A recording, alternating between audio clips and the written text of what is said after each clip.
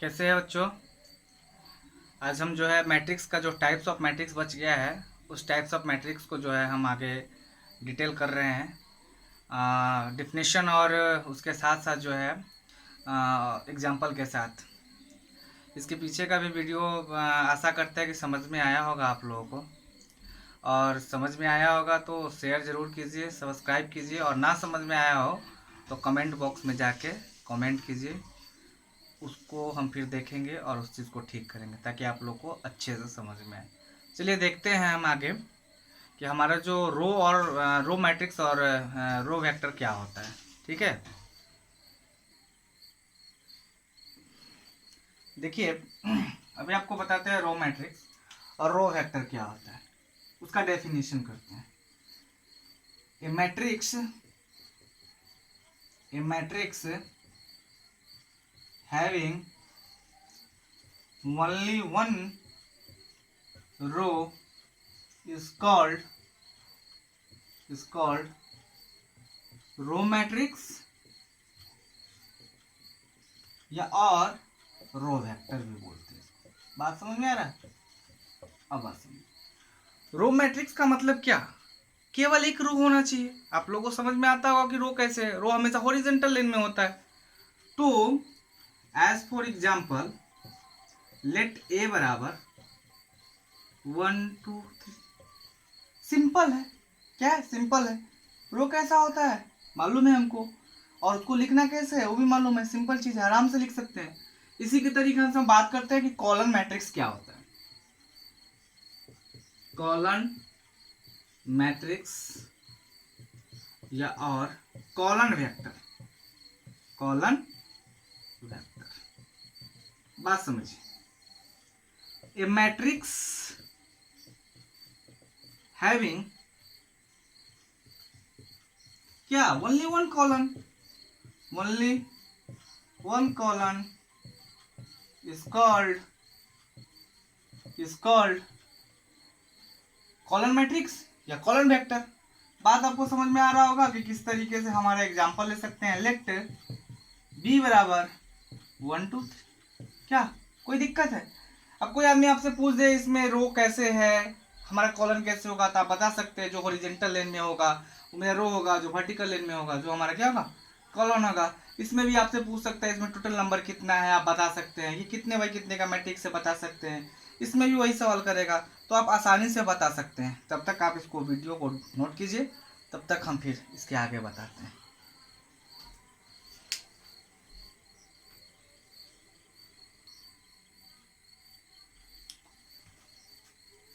अब देखिए बच्चों, आप लोगों को समझ में आ गया होगा ये बात कि हमारा किस तरीके से रो और कॉलम वेक्टर होता है या रो और कॉलम मैट्रिक्स होता है। अब हम आप लोगों से बात करते हैं हॉरिजॉन्टल मैट्रिक्स क्या होता है और वर्टिकल मैट्रिक्स क्या होता है। बात देखिए, बात समझिए कि हॉरिजॉन्टल मैट्रिक्स क्या होता है। हॉरिजॉन्टल मैट्रिक्स, देखिए इस मैट्रिक्स में होता क्या है कि हमारा रो जो होगा हॉरिजॉन्टल, समझ में आ रहा होगा। हॉरिजॉन्टल हमेशा जो है, रो हमेशा जो है हमारा, रो इज ऑलवेज हॉरिजॉन्टल लाइन। बात समझ में आ रहा है? मतलब रो जो है हमेशा क्या होता है, हॉरिजॉन्टल लाइन में होता है। तो हॉरिजॉन्टल लाइन में हमारा रो कम होना चाहिए और हमारा कॉलम क्या होना चाहिए, ज़्यादा होना चाहिए।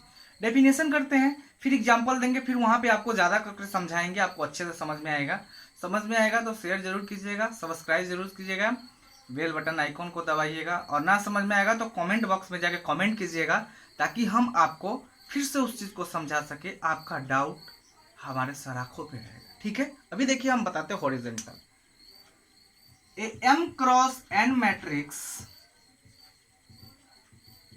इज सेड टू बी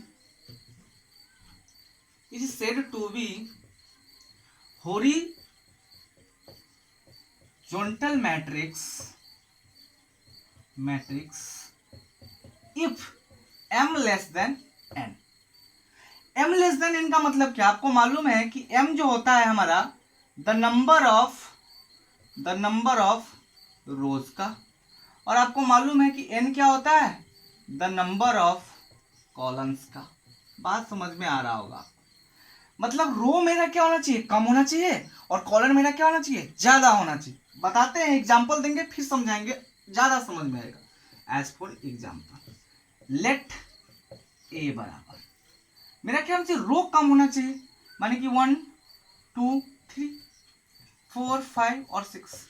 आप आराम से देखिए यहाँ पे तो आपको समझ में आएगा कि रो मेरा कितना है, 1 2, ठीक है, कॉलन 1 2 3, मतलब रो छोटा है और कॉलन ज्यादा है। तो हम ऐसे भी समझ सकते हैं, ऐसे जैसे ही लिखेंगे 2/3 का मैट्रिक्स तो समझ में आ जाएगा, ओहो ये मेरा रो है और ये मेरा कॉलन है, तो मतलब रो कम है और कॉलन क्या जाता है, क्या है, ज्यादा है, तो that is called horizontal line.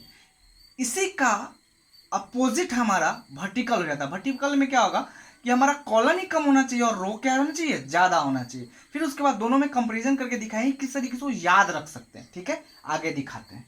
Vertical matrix, vertical matrix,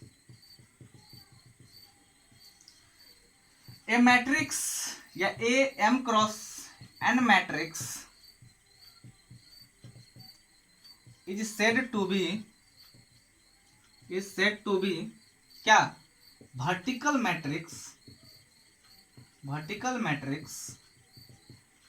if m greater than n, मतलब क्या, m जो है वो बड़ा होना चाहिए और n क्या है, हमारा छोटा होना चाहिए। आपको मालूम है कि m हमारा क्या होता है, द नंबर ऑफ रो, और n क्या होता है, द नंबर ऑफ कॉलम। बार बार हम आपके साथ रिपीट कर रहे हैं ताकि आपके माइंड में ये चीज अटका रहे, बात समझिए। Here, as for example, let b बराबर क्या मुझे रो ज्यादा होना चाहिए, 1 2 3 4 5 6, ठीक है। अब इसमें बताइए कि रो मेरा क्या हो रहा है, कम ही हो रहा है और कॉलम ज्यादा हो रहा है, तो ऐसा ना करे कि मैं 6 और 7 करूं। देखिए रो कितना है, 1 2 3, रो ज्यादा हो रहा है, कॉलम क्या है 1 2, मतलब 3x2 का, मतलब बात समझ में आ रहा है कि मेरा रो ज्यादा है और कॉलम क्या है, कम है। अब इसमें देखिए क्या है, कंपैरिजन करके हम आपको बताते हैं कि किस तरीके से याद रखेंगे हॉरिजॉन्टल को और वर्टिकल को। हॉरिजॉन्टल, जैसे ही जहां पे हॉरिजॉन्टल की बात आएगी, बात समझिए कि हॉरिजॉन्टल मैट्रिक्स में हमारा हॉरिजॉन्टल यानी रो हमारा क्या होना चाहिए, कम होना चाहिए, और वर्टिकल में हमारा क्या होता है, कॉलम आता है, तो वहां पे कॉलम कम होना चाहिए। जहां पे रो कम होगा वहां हमारा कॉलम ज्यादा होगा, और जहां पे कॉलम हमारा कम होगा वहां रो ज्यादा होगा। फिर समझिए, जहां रो कम होगा कॉलम ज्यादा होगा, जहां हमारा कॉलम ज्यादा होगा रो कम होगा। तो हमारा हॉरिजॉन्टल में रो कम कॉलम ज्यादा, वर्टिकल में कॉलम कम रो ज्यादा। बात समझ में आई? अभी और समझ में आएगा, वीडियो को अंत तक देखिएगा, सारी बात समझ में आएगी। मैं विश्वास करता हूँ ये 100% है कि आपको समझ में आएगा। मैं बहुत मेहनत से वीडियो बनाता हूँ ताकि जो भी बच्चे हैं उसको अच्छे से समझ में आए। मैं हिंदी में भी बताता हूँ, इंग्लिश में भी बताता हूँ, ताकि आप उसको अच्छे से देख सके, अच्छे से समझ सके और अच्छे से बना सकते हैं। तब तक आप इसको डील कीजिए, इसके आगे दिखाते हैं।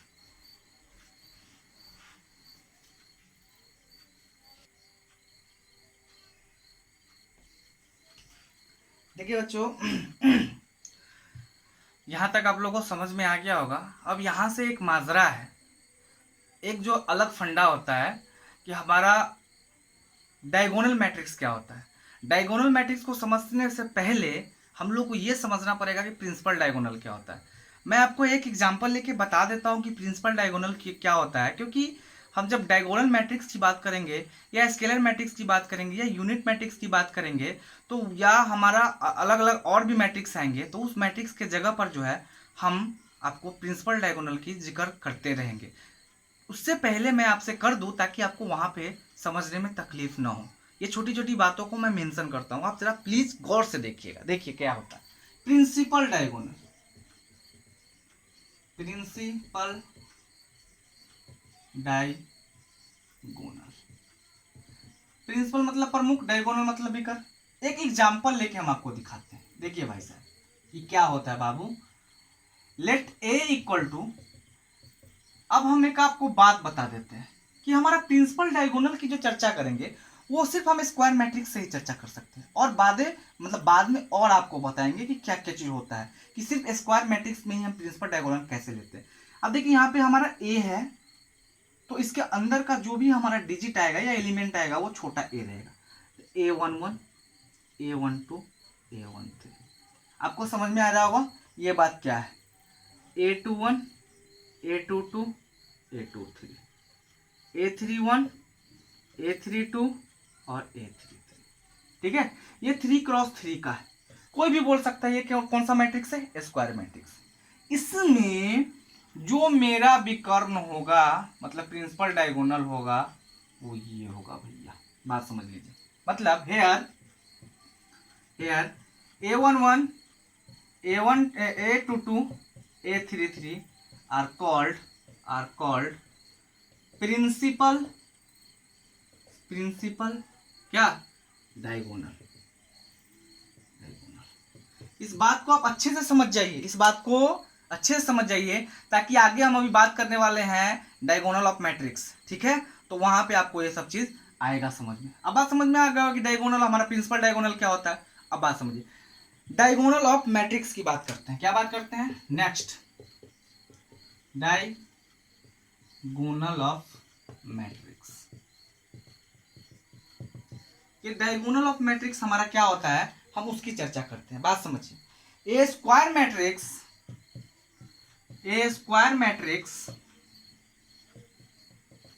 having principal diagonal is non-zero but remaining all elements are zero. मतलब बात समझिए, मैं क्या समझाना चाह रहा हूं आप लोग कि कोई भी हमारा डायगोनल मैट्रिक्स जहां बताना हो वो सिर्फ और सिर्फ हमारा स्क्वायर मैट्रिक्स का ही बनता है, उसके अलावा किसी भी मैट्रिक्स का नहीं बन सकता। ये आप लोग ध्यान रख लीजिए, सिर्फ स्क्वायर मैट्रिक्स का ही बनेगा।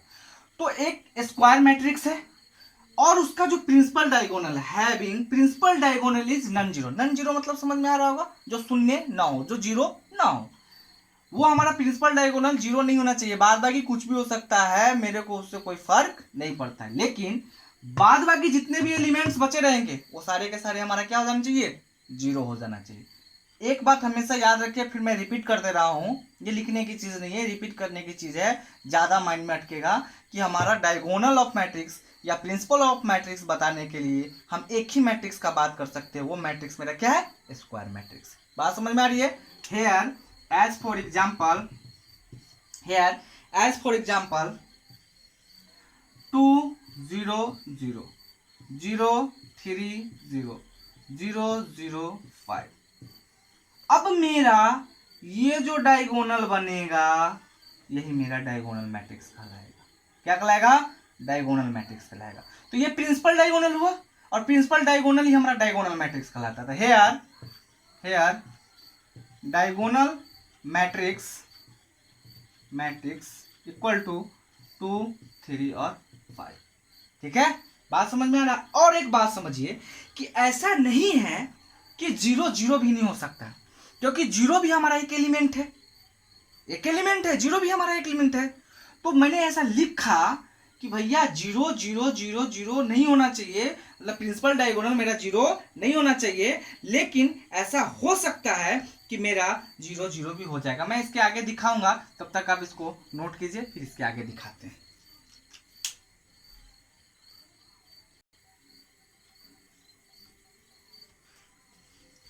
बच्चों आप बात समझिए कि हमारा स्केलर मैट्रिक्स क्या होता है। ठीक है, बात समझ में आ रहा होगा कि हमारा प्रिंसिपल डायगोनल कैसे होता है, डायगोनल ऑफ मैट्रिक्स कैसे होता है। अभी कुछ और आगे बात करेंगे इसके बारे में, लेकिन वो जब जैसे समय आएगा वैसा बात करेंगे। अभी चलते हैं, देखते हैं स्केलर मैट्रिक्स क्या होता है। क्या, SCLAR स्केलर मैट्रिक्स। बात समझिए स्केलर मैट्रिक्स में क्या होगा। हमारा जो है प्रिंसिपल डायगोनल से डायगोनल ऑफ मैट्रिक्स निकला और उस डायगोनल ऑफ मैट्रिक्स से हम आपको स्केलर ऑफ मैट्रिक्स दिखाएंगे और इसी स्केलर ऑफ मैट्रिक्स से हम आपको यूनिटी या यूनिट और आइडेंटिटीज ऑफ मैट्रिक्स दिखाएंगे। फिर हम तीनों चरों में कंपैरिजन करेंगे कि कौन क्या हो सकता है और कौन क्या नहीं हो सकता। सबसे पहले हम लोग बात करते हैं कि स्केलर क्वांटिटीज या सॉरी स्केलर मैट्रिक्स क्या होता है। देखिए स्केलर मैट्रिक्स में जो हमारा प्रिंसिपल डायगोनल होगा along the principal diagonal are equal and remaining all elements are zero, it is called scalar matrix. मतलब हमारा जो प्रिंसिपल डायगोनल होगा, मुख्य विकर्ण होगा, वो हमारा समान होगा किसको छोड़ के, वन को छोड़ के। किसको छोड़ के, वन को छोड़ के, जीरो भी आ सकता है, वन को छोड़ के। तो और एलिमेंट जीरो होगा और हमारा प्रिंसिपल डायगोनल सेम होगा। हम अभी डिफिनेशन करते हैं, देखिए a m cross n matrix is said to be a scalar matrix। इसको हम लोग स्केलर मैट्रिक्स बोल सकते हैं क्या बोल सकते हैं, स्केलर मैट्रिक्स बोल सकते हैं if all elements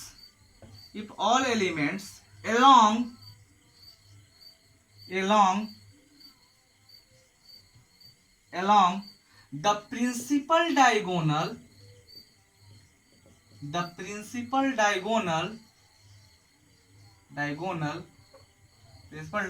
are equal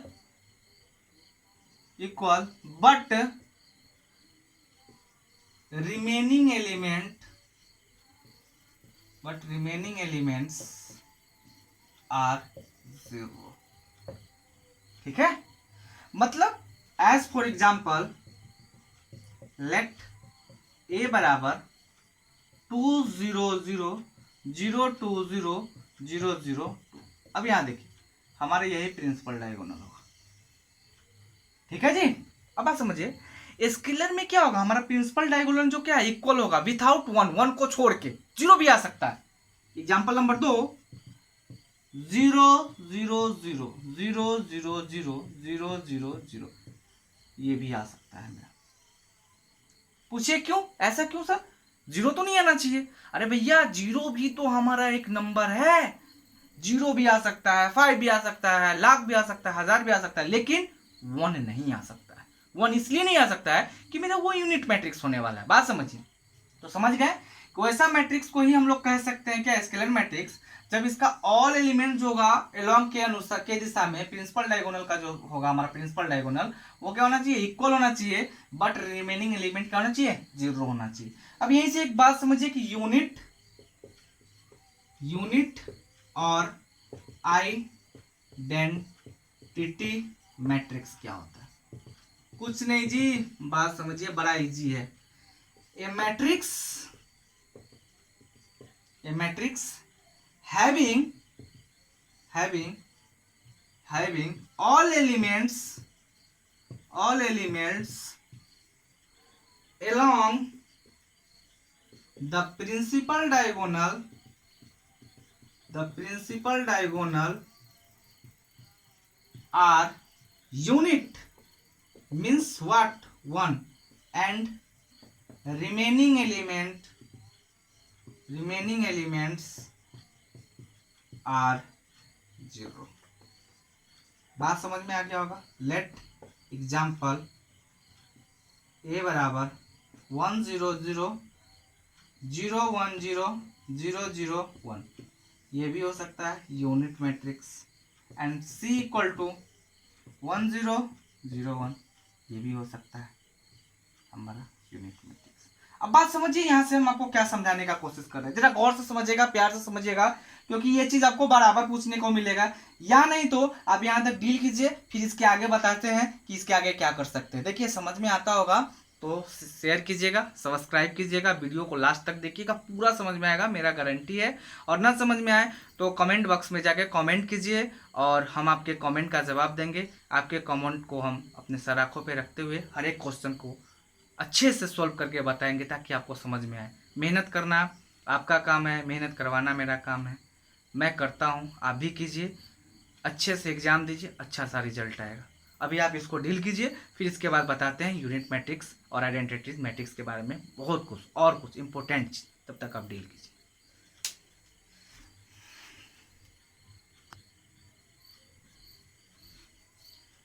देखिए बच्चों, आप लोग कर लिए होइएगा डील। अभी आप सोच रहे होगा कि सर ने बताया कि आगे आइडेंटिटीज मैट्रिक्स के बारे में और कुछ बताएंगे। हाँ ज़रूर बताएंगे, क्योंकि बहुत कुछ ऐसे आने वाला है जो शायद अगर आपको अभी ना बताएं तो चैप्टर में हम लोग को बहुत प्रॉब्लम हो सकता है। जैसे कहीं I2 आ जाएगा, I3 आ जाएगा, या समथिंग समथिंग बहुत कुछ आ जाएगा। तो ऐसे में आपको समझ ही नहीं आएगा कि मतलब I2 का मतलब क्या होता है, I3 का मतलब क्या होता है। फिर वहाँ पे ये कहिएगा, बताइएगा, आप बोलिएगा कि अरे उस वीडियो में तो ऐसा था ही नहीं। तो मैं एक एक छोटी छोटी चीज़ों को, टिन्नी जैसे चीज़ों को हम आपके सामने रखते हैं। जो छोटा छोटा प्रॉब्लम है, जो बच्चे को नहीं बताया जाता है, मैं वो चीज़ बताऊंगा ताकि आपका माइंड फ्रेश रहे, अच्छे से क्लियरेंस हो, अच्छे से आप क्वेश्चन सॉल्व कर पाए, अच्छे से मेरे थ्योरी को देखिए, अच्छे से समझिए। ये गारंटी है कि अगर आप थ्योरी मेरा समझ जाइएगा तो आपको सवाल बनाने में कोई प्रॉब्लम नहीं होगा। और समझ में आएगा तो शेयर और सब्सक्राइब ज़रूर कीजिएगा, और बेल बटन आइकन को दबाइएगा। और ना समझ में आएगा तो कमेंट बॉक्स में जाके कमेंट कीजिएगा, मैं आपके कमेंट का अच्छे से जवाब दूंगा ताकि आपको समझ में आए। ठीक है, देखिए मैं बताता हूँ यूनिट मैट्रिक्स के बारे में। देखिए क्या होता है मैंने बताया कि एग्जाम्पल देके समझाने का कोशिश करते हैं कि यूनिट मैट्रिक्स, मान लीजिए लेट एक यूनिट मैट्रिक्स हम ले लिए यहाँ पे 3x3 का 1 0 0 0 1 0 0 0 1। देखिए ये मेरा प्रिंसिपल डायगोनल क्या है, प्रिंसिपल डायगोनल है। और जब प्रिंसिपल डायगोनल मेरा 1 1 का हो तो हम समझ जाते हैं यूनिट मैट्रिक्स है। भैया आप जरा गौर से देख के बताइए कितने का है, 3x3 का है ना जी। गुड, अब बात समझिए। तो हम लोग एक बात यहां कर लेते हैं कि unit matrix is simply denoted by I. ठीक है, कैपिटल आई से डिनोट करते हैं। अब बात समझिए, ये हमारा यूनिट मैट्रिक्स है, वी नो आई कितने ऑर्डर का है जी, 3 ऑर्डर का है, तो उस 3 को यहां लिखते हैं, मतलब I3। मतलब क्या बोलेंगे कि ये यूनिट मैट्रिक्स है पर कितने ऑर्डर का है, तीसरे ऑर्डर का, 3 ऑर्डर का है। बात समझ ली, 3 ऑर्डर का कैसे बनाते हैं। फिर अगर आपको और एग्जांपल देके बता दे कि हमारा b इक्वल टू ऐसा दे दे 1 0 0 1, मैं सीधा लिख दूं यहाँ पे, ये 2 क्रॉस 2 का है, मैं यहाँ लिख दूं I2, तो आपको तो अब समझ में आ गया होगा कि ये क्या लिखा मैंने। I2 का मतलब क्या, यूनिट मैट्रिक्स है, कितने ऑर्डर का, 2 ऑर्डर का। बात समझ में आ रही है। अब बच्चों आप ये समझिए, हमारा यूनिट मैट्रिक्स भी हो गया, सारे मैट्रिक्स मैंने कर दिया। अब मैं यहाँ से एक बात आपको दिखाते हैं, यहाँ से एक बात ये दिखाते हैं कि हमारा ट्रायंगुलर मैट्रिक्स क्या होता है। There are 2 types of triangular matrix, one is upper triangular matrix and second is lower triangular matrix. मैं बारी बारी से दिखाऊंगा विदाउट डेफिनेशन, हर चीज का डेफिनेशन नहीं होता, हर चीज का डेफिनेशन करने में उचित नहीं होता, इसीलिए बहुत ऐसे चीज़ें जिसको डायरेक्टली समझा जाता है ताकि आपको समझ में आए, अच्छे से समझ में आए, और जब भी जहाँ भी है उसको आप सोल्व कर सके। मैं दिखाता हूँ ट्रायंगुलर मैट्रिक्स क्या होता है, सुनिए देखिए। Triangular matrix, there are two types of triangular matrix. One is upper triangular और second is lower ट्रायंगुलर। ठीक है, क्या, अपर ट्रायंगुलर और लोअर ट्रायंगुलर। अब बात समझिए कि मैं आपको समझाने का कोशिश कर रहा हूं कि हमारा अपर कैसे होगा और लोअर कैसे होगा। बड़ी बड़ी डीप की चीज है और बड़ी अच्छे से समझने की है तो बहुत डिफिकल्ट, लेकिन जैसे ही मैं समझाऊंगा, जैसे ही मैं आप लोगों को समझाऊंगा तो ये गारंटी है कि इजी कर देंगे और इजी बता देंगे। और कभी आप बुक को खोले हुईएगा और उस जगह पर नहीं समझ में आया होगा, लेकिन जब मेरा वीडियो देखिएगा और जैसे ही बुक खोलिएगा आपको समझ में आ जाएगा कि माजरा क्या है। ये एक अलग फंडा होता है इसका। ठीक है, जब तक आप इसको डील कीजिए तब तक हम आपको इसके आगे बताएंगे। ठीक है,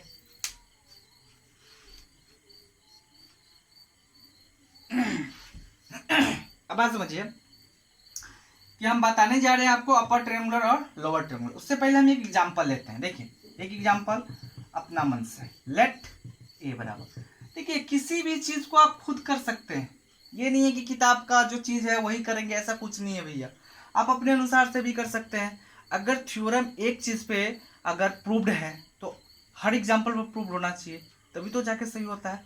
तो खुद ले लीजिए, खुद अराइज कर लीजिए, खुद कंसीडर कीजिए, खुद इमेजिन कीजिए। एक इमेजिन करके एक हम लोग मैट्रिक्स लेते हैं, जैसे 1 2 3 4 5 6 7 8 और 9, ठीक है।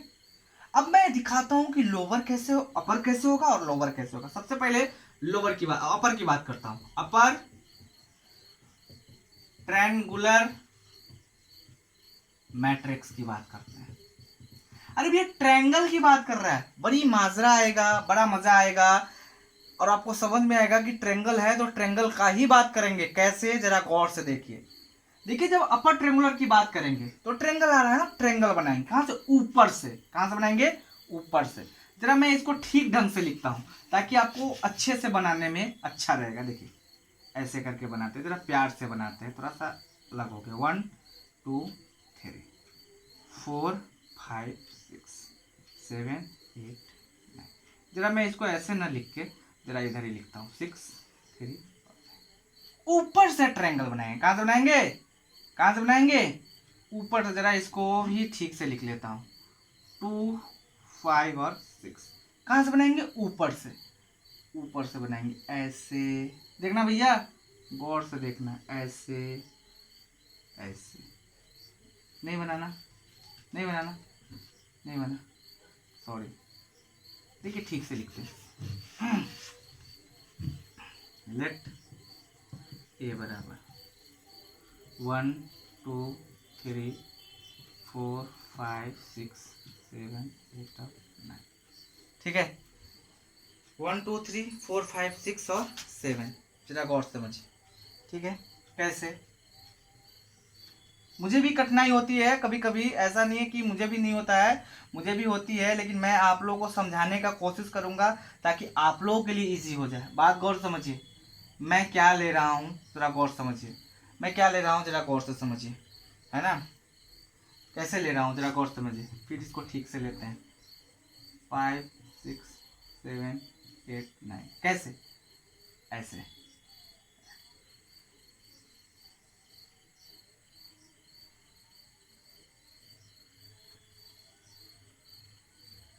देखिए दिख रहा है ना कि मेरा ट्रायंगल शेप बन रहा है। क्या बन रहा है, ट्रायंगल शेप। अपर के लिए, क्या, किसके लिए, अपर के लिए। जरा मैं इस चीज को यहां ना लिख के आप लोग को यहां लेके आता हूं। जरा देखिए, थोड़ा होता है गैदरिंग होता है, मैं इसको मिटा रहा हूं, ठीक है। ये तो आपके अंदर में होगा।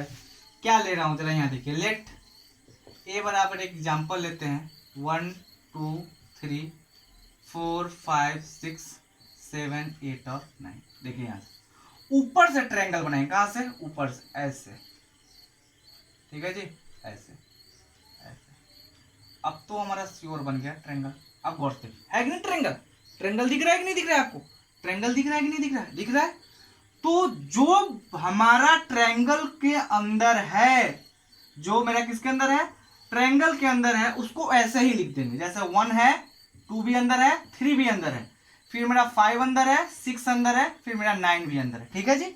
अब क्या क्या बाहर है, 4 उसके जगह 0 डालेंगे, 7 उसके जगह 0 डालेंगे और 8 उसके जगह पर भी 0 डालेंगे। बात समझ में आ रही है। ऊपर से ट्रायंगल बनाएंगे और जो ट्रायंगल के अंदर में आएगा उसको ऐसे ही लिखेंगे, और जो एलिमेंट मेरा ट्रायंगल से आउट ऑफ साइड रहेगा उसको 0 0 बना देंगे। This is called upper triangular matrix. अब हम आपको बात करते हैं लोअर की। किसकी बात करते हैं, लोअर का। मैं लोअर का यहां बात कर लेता हूं, किसकी, लोअर का। Lower, lower triangular matrix. अब बात समझिए, वहीं से हम ले लेंगे लोअर ट्रायंगुलर मैट्रिक्स। कैसे, अब बात समझिए। मैं इसको मिटाता हूं, अगर आपको फिर अपर देखना होगा फिर आप वीडियो को बैक करके आप देख सकते हैं। देखिए इसको मैं मिटा रहा हूं, यहां से साफ किया, डिलीट कर दिया इसको, ठीक है। आप समझिए, लोअर लेना है ना, लोअर के लिए हम लोग क्या करते हैं ना, अपर के लिए ऊपर से गए ना, तो लोअर के लिए नीचे से जाएं। कैसे, ऐसे गया, ठीक है। फिर मैं ऐसे जाऊंगा, ठीक है, गया। अब फिर मैं इसको ऐसे लूंगा, झूठ नहीं बोलो भैया, सॉरी। इसको ऐसे ना, थोड़ा ऐसे, ये छूट गया है, इसको ऐसे लेने का और ऐसे मिलाने का, ट्रायंगल हुआ कि नहीं हुआ? वन है ट्रायंगल, वन है ट्रायंगल। अब जो जो चीज हमारे ट्रायंगल के अंदर है उस चीज को ऐसे ही लिखेंगे और बाद बाकी ट्रायंगल के अंदर नहीं है उस सबको जीरो लिखेंगे। कैसे? 1 है, 4 है, 5 है, 1 है जी, फिर 4 है, 5 है, फिर उसके बाद 7 इसके अंदर है, 8 इसके अंदर है। अब क्या क्या नहीं है? 2 के जगह पर हमारा 0, 3 के जगह पर हमारा 0, फिर 6 के जगह पर भी हमारा 0, ठीक है, और हमारा 9 भी है। बात समझ में आ रही है? तो अब देखिए ट्रायंगल की बात करें ना, तो ट्रायंगल की बात में हमारा कितना होता है? 3 साइड और 3 एंगल होता है ना। यहाँ पे भी 3 जीरो और यहाँ पे भी 3 zero. That is it, that is called the upper triangular matrix and lower triangular matrix. You know, आप लोग समझ गए होइएगा, ये मैं उम्मीद करता हूँ। अगर समझ में आ गया होगा तो अच्छी बात है, नहीं समझ में आए तो फिर मेरे साथ कमेंट बॉक्स में जाके कमेंट कीजिए, फिर मैं इस चीज़ को रिपीट करूँगा। और आपको एक बार ना समझ में आए, वीडियो को बार बार पीछे करके देखिए, समझ में आएगा, ये गारंटी है। तब तक आप इसको नोट कीजिए, फिर इसके आगे बताते हैं।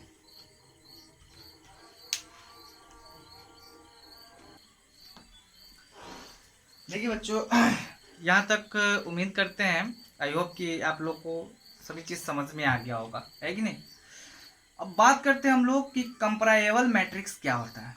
देखिए, किसी से कंपैरिजन करना हो, किसी से कंपैरिजन करना हो तो एक चीज़ से आप कंपैरिजन नहीं कर सकते। कंपैरिजन करने के लिए मोर देन टू और मतलब टू और मोर देन टू एलिमेंट्स होना चाहिए, दो या दो से अधिक एलिमेंट्स होना चाहिए। लेकिन सिंगल के साथ आप क्या कर सकते हैं? कंपैरिजन किसी का नहीं कर सकते। तो यहाँ पर क्या रहे? मैट्रिक्स। तो हम लोग दो मैट्रिक्स के साथ कंपैरिजन करेंगे कि कंपैरिजन क्या क्या चीज। कंपैरिजन में कभी इक्वल नहीं होता।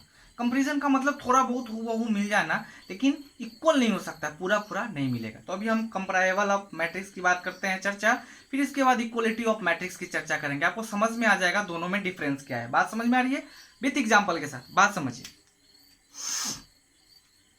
To matrix A and B are said to be comparable matrix if the number of rows and the number of columns are same of both matrix. मतलब दोनों मैट्रिक्स का रो भी और हमारा कॉलम भी दोनों आपस में क्या होना चाहिए? बराबर होना चाहिए। मींस वन लाइन में अगर इसका डेफिनेशन देने का कोशिश करें तो एक ही बात बोल सकते हैं कि both matrix are equal order, are same order. ठीक है, मतलब बोथ अगर एक ही लाइन में बोल सके, दूसरा टाइप का डेफिनेशन दे सके तो क्या बोलेंगे कि matrix A and B are same order. बस, that's it. Here, as for example, let A बराबर 1 2 3 4 5 6 and B बराबर 7 8 9 10 11 12। ये भी हमारा 2 क्रॉस 3 का, ये भी हमारा 2 क्रॉस 3 का। मतलब ऑर्डर सेम हो जाना ही हमारा कंपैरेबल ऑफ मैट्रिक्स कहलाता है। बात समझ में आ रही होगी। अब इसी के साथ साथ हम इक्वल ऑफ मैट्रिक्स की बात कर लेते हैं, जरा गौर से समझिए। Next, equality of matrix. कहानी सेम है, बस थोड़ा सा चेंज। क्या कि उसमें ऑर्डर भी हमारा सेम होना चाहिए इसमें, और कॉरस्पॉन्डिंग एलिमेंट्स भी हमारा क्या होना चाहिए? सेम होना चाहिए। Here two matrix are said to be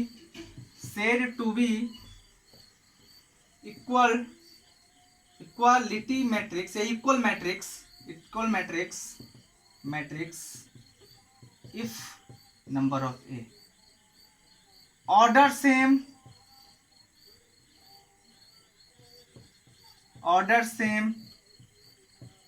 and corresponding elements elements elements are same. बाबू कॉरस्पॉन्डिंग एलिमेंट 1 के साथ 7 का कॉरस्पॉन्डिंग है, 2 के साथ 8 का कॉरस्पॉन्डिंग है, 3 के साथ 9 का है, 4 के साथ 10 का कॉरस्पॉन्डिंग है। Corresponding elements are same and order same. ठीक है, हेयर मैं यहीं पे एग्जांपल दिखा देता हूं आपको। मान लीजिए ए है। अच्छा एक काम कीजिए, आप इसको नोट कीजिए, एग्जांपल बाद में दिखाते हैं, प्लीज नोट।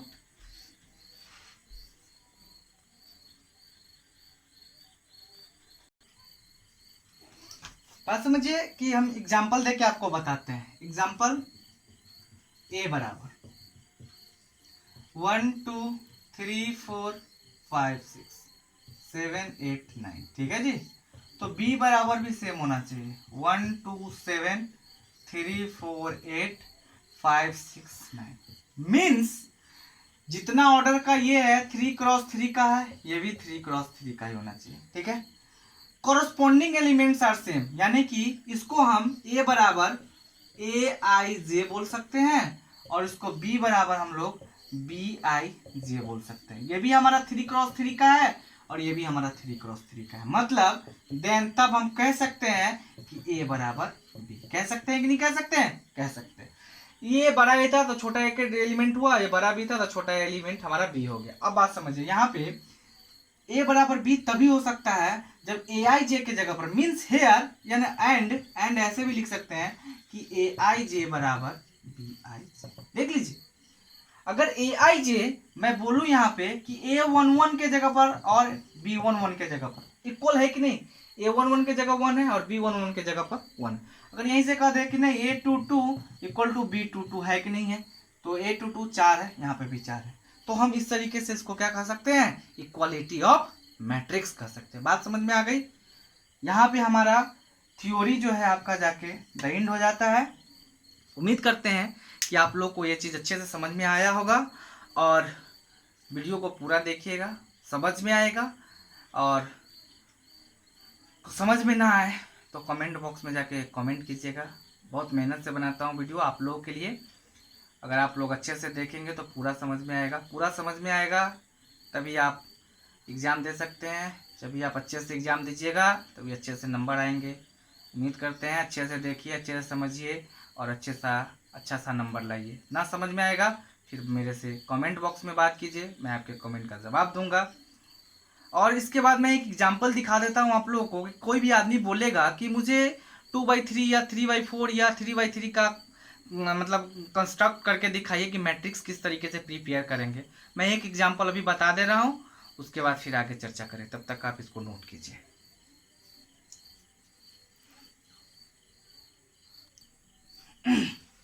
देखिए बच्चों, कह रहा है कि construct a 3x3 matrix whose elements are given by aij equal to a plus I plus 2j। देखिए ये हमारे एग्जाम में 2 नंबर हो सकता है, 5 नंबर में भी पूछ दे, हो सकता है 2 नंबर में पूछ दे। पूछता है जरूर है, ऐसा नहीं कि नहीं पूछता है, पूछेगा जरूर। अगर आप लोग ये ना बनाना जानेंगे तो 2 नंबर और 5 नंबर नहीं आएंगे। मैं कोशिश करता हूँ कि आपको समझाएं, आप अच्छे से समझिए, समझ में आएगा। कह रहा है कि एक 2x3 का यानी 2x3 का एक मैट्रिक्स बना के दिखाइए। ठीक है, एक मैट्रिक्स बना के दिखाना है और उसका जो एलिमेंट्स जो है वो एलिमेंट्स आपको दे दिया हुआ है a i j equal to I plus 2j। देखिए मैं अपने तरीका से बताता हूं कि मैं इसको अपने अनुसार अपने थॉट से मैं इसको फर्मा बोलता हूं। अगर आपके पास फर्मा होगा तभी आप कोई चीज कर सकते हैं। आपके पास फर्मा होगा मिठाई बना सकते हैं, आपके पास फर्मा होगा ईंट बना सकते हैं, आपके पास फर्मा होगा पेन बना सकते हैं, आपके पास फर्मा होगा तो स्विच बना सकते हैं, आपके पास फर्मा होगा तो घड़ी बना सकते हैं, एक्सेट्रा एक्सेट्रा। तो उसी तरीके से मैट्रिक्स बनाना है तो उसके लिए भी तो कोई ना कोई फर्मा होगा, तो फर्मा अप्लाई करके हम इसको क्या करेंगे, बना देंगे। कितने बाई कितने का मैट्रिक्स बनाना है जी? 3/3 का मैट्रिक्स बनाना है। तो माइंड में बना सोचिए कि 3/3 का मैट्रिक्स बनाना है, मतलब 3/3 है तो स्क्वायर मैट्रिक्स होगा, ये मालूम है आपको? ठीक है जी। और उसी के साथ साथ आपका एलिमेंट दे दिया, क्या दे दिया है? एलिमेंट दे दिया है। तो एलिमेंट को भी आप क्या कर सकते हैं, उस एलिमेंट के सहायता से, हेल्प से आप prepare of the 3x3 matrix बना सकते हैं। बात समझ में आ रही है? अब बात समझिए मैं कैसे बनाता हूं। एक बनाऊंगा फिर आपको समझ में आएगा, उसके बाद आप बहुत ज्यादा बना सकते हैं। जैसे देखिए सॉल्यूशन, लेट अपने से एक लेट कर लीजिए, 3x3 का मैट्रिक्स एक प्रिपेयर करना है जी। देखिए यहाँ ए माने बड़ा वाला है तो इसके अंदर का एलिमेंट क्या होगा, छोटा वाला एलिमेंट होगा, ठीक है जी। अब बात समझिए, ए ए ए ए ए ए ए, झूठ नहीं बोलिए, 1 2 3 रो 1 2 3 कॉलम है, 3x3 का बन गया कि नहीं बन गया, बन गया। अब डालते हैं इसका एलिमेंट का प्लेस डालते हैं, A11 मतलब पहला रो पहला कॉलम, A12 पहला रो दूसरा कॉलम, A13 पहला रो तीसरा कॉलम, A21 दूसरा रो पहला कॉलम, 22 23 31 32 और 33। अब इसी के सामने कि A11 के जगह पर क्या आएगा, A12 के जगह पर क्या आएगा, A22 के जगह पर क्या आएगा, A33 के जगह पर क्या आएगा, उसी के लिए मेरा फर्मा दिया है। फर्मा क्या, ये क्या है, मेरा एलिमेंट है। तो देखिए ना, गिवन दे दिया है हम लोगों को, एलिमेंट के बारे में बता दिया है। तो एलिमेंट हमारा दिया हुआ है, तो लिखेंगे given that Aij equal to I plus 2j, है कि नहीं है। अब बात समझिए, 2j, तो भाई I किसकी जगह, I का मतलब आप लोगों को मालूम है, हम बोले थे कि ith equal to the place of row element. बाबू बार बार नहीं बताऊंगा, बात समझ लो, the place of column elements. मतलब ith का मतलब कि हमारा रो का एलिमेंट क्या है और j का मतलब हमारा कॉलम का एलिमेंट क्या है। अब बात समझिए, सबसे पहले A11 के बारे में बोलते हैं।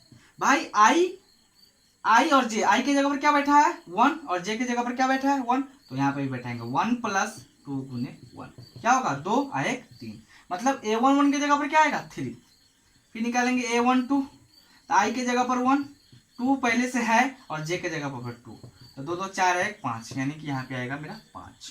फिर A13 निकालेंगे, तो I की जगह पर 1, 2 तो है पहले से, J की जगह पर 3, 3 6 1 7, यहाँ पे 7 डालेंगे, ठीक है जी। अब आते हैं आगे, मतलब A21 निकालेंगे, तो 2 किसके जगह पर, I के जगह पर, 2 प्लस 2 गुने 1, तो क्या होगा 2 का 2 और 2 2 4, मतलब यहाँ 4 आएगा। फिर A22 निकालेंगे, 2 प्लस 2 गुने 2, 2 दूना 4 2 6, यहाँ आएगा 6। फिर A23 मतलब 2 प्लस 2 गुने 3, 3 दूना 6 2 8, फिर यहाँ आएगा 8। फिर उसी तरीके से A31 निकालेंगे, तो 3 प्लस 2 गुने 1, तो 3 2 5, फिर यहाँ आएगा 5।